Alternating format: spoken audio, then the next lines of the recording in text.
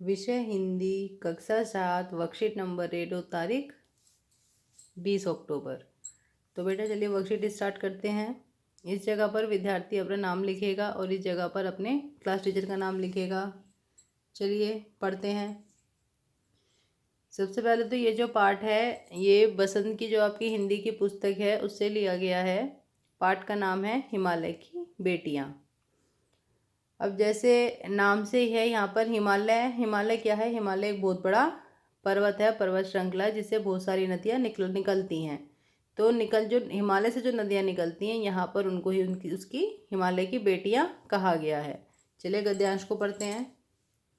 इस पाठ में लेखक नागार्जुन ने हिमालय से निकलने वाली नदियों को ममता भरी आंखों से देखते हुए उन्हें हिमालय की बेटियां कहा है और उनके बारे में कहते हैं कि इस पाठ का लेखक कौन है? इस पाठ के लेखक नागार्जुन हैं, जो कि जिन्होंने हिमालय से निकलने वाली नदियों को क्या बोला है? हिमालय की बेटियां कहा है। चलिए बढ़ते हैं। अभी तक मैंने उन्हें दूर से देखा था। उन्हें किसको? नदियों को। बड़ी गंभीर, शांत, अपने आप में खोई हुई लगती थी। जब नदियाँ शहरों में आती हैं तो जब वो पूरी बड़ी होती है, जिसमें खूब पानी होता है, गहराई गहराई होती है, तो कैसे लगती है? एकदम शांत सी लगती है, बहुत तेज हिलती डुलती सी नहीं लगती। तो ये कहता है यहाँ पे लेखक कि जब अभी तक मैंने उन नदियों को बहुत दूर से ही देखा था और वो मुझे बहुत ही ज़्यादा गंभीर और शांत और अपने में खोई हुई लगती थी। सम्राट महिला की भांति प्रतीत होती थी। सम्राट होती हैं बड़े घर की महिला जैसी वो प्रतीत होती थी, एक महिला की तरह। उनके प्रति मेरे दिल में आदर और श्रद्धा के भाव थे। नदियों के प्रति माँ और दादी, मौसी और मामी की गोद की तरह उनकी धाराओं में डुबकी लगाया करता था। कि जब मैं उसकी धाराओं में डुबकी लगाया करता था तो मुझे कैसा महसूस होता था? जैसे माँ, दादी, मामी जो बड़े किसी की गोद की तरह, अपनी माँ की गोद की तरह, अपनी मासी की गोद की तरह, मामी की गोद की तरह मुझे ऐसा महसूस होया करता था, उसकी गोद में डुबकी लगाना। तो यहाँ पर उसने नदी को किसके समान माना है? माता के समान माना है। ठीक है। परंतु इस बार जब मैं हिमालय के कंधे पर चढ़ा तो वे कुछ और रूप में सामने थी।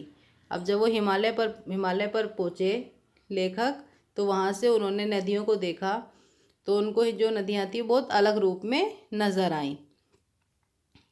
मैं हैरान था कि यही दुबली पतली गंगा, यही यमुना, यही सतलुज समतल मैदानों में उतरकर विशाल कैसे हो जाती है।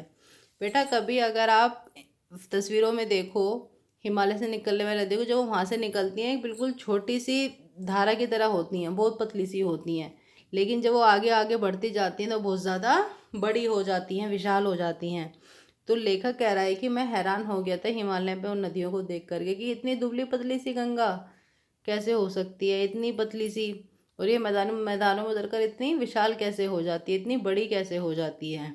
इनका उछलना और कूदना, खिलखिलाकर लगातार हंसते जाना, इनकी यह भंगी, इनका यह उल्लास कहाँ गायब हो जाता है? मैदानों में जाकर। तो जब वो हिमालय से निकल रही होती हैं, कम गहराई होती है उनमें, उतनी बड़ी नहीं होती जितनी बड़ी वो शहरों में आकर के हो जाती हैं। तो लेखक कह रहा है कि मैदानों में आकर उनका वो हंसना खिलखिलाना कहाँ गायब हो जाता है।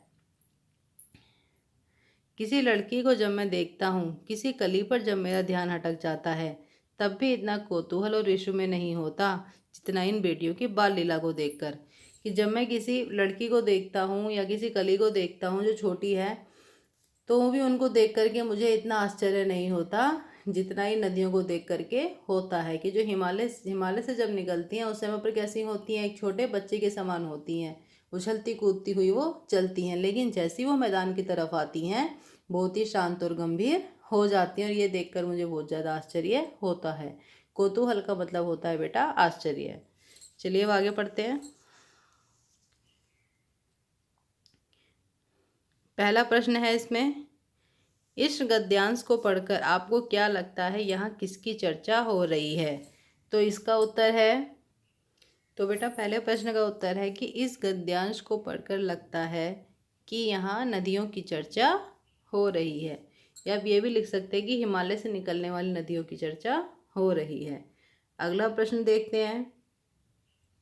अगला प्रश्न है, इस गद्यांश में कौन कौन सी नदियों की बात कही गई है। तो बेटा देखो, इसमें मैंने अंडरलाइन भी किया हुआ है, यहाँ पे गंगा, यमुना, सतलुज, इन 3 नदियों की बात कही गई है, या हिमालय से निकलने वाली नदियों की बात कही गई है। इस उत्तर को आप इस प्रकार से लिख सकते हैं। तो इस प्रश्न का उत्तर है कि इस गद्यांश में गंगा, यमुना, सतलुज आदि नदियों की बात की गई है। प्रश्न संख्या 3 देखिए, नदियों को माँ मानने की परंपरा हमारे यहाँ काफ़ी पुरानी है, लेकिन लेखक नारकजुन उन्हें और किस रूप में देखते हैं। तो आप इसमें लिख सकते हैं कि वो उनको बेटी के रूप में देखते हैं। तो इस प्रश्न का उत्तर आप इस प्रकार लिखेंगे।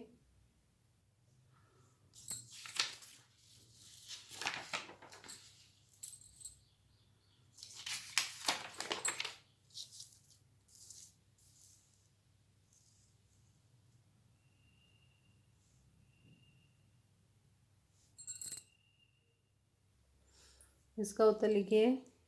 पहला प्रश्न 4 देखते हैं। जब लेखक ने नदियों को दूर से देखा था तो वह कैसी दिखती थीं। इसका उत्तर है, उत्तर 4 है, दूर से देखने पर लेखक को नदियाँ शांत, गंभीर, अपने में खोई हुई सम्राट महिला की भांति प्रतीत होती थीं। अब देखते हैं प्रश्न 5। प्रश्न 5 है, नदियों की सुरक्षा के लिए हमें क्या क्या करना चाहिए, सोच कर लिखिए। इसका उत्तर आप अपनी तरफ से भी लिख सकते हैं, या जो आपको लिखाया गया आप उस उत्तर को भी लिख सकते हैं। तो इसका उत्तर है, प्रश्न 5 का उत्तर है, नदियों की सुरक्षा के लिए हमें नदियों को प्रदूषित होने से बचाना चाहिए, उनमें कूड़ा करकट नहीं फेंकना चाहिए। इसके अलावा आप लिख सकते हैं कि हमें उनके किनारों पर या तट पर क्या करना चाहिए, पेड़ लगाने चाहिए। ठीक है, इसी प्रकार से आप लिख सकते हैं। चलिए, आपकी वर्कशीट आज कंप्लीट होती है, इसे जल्दी से पूरी करके सेंड कर दीजिए।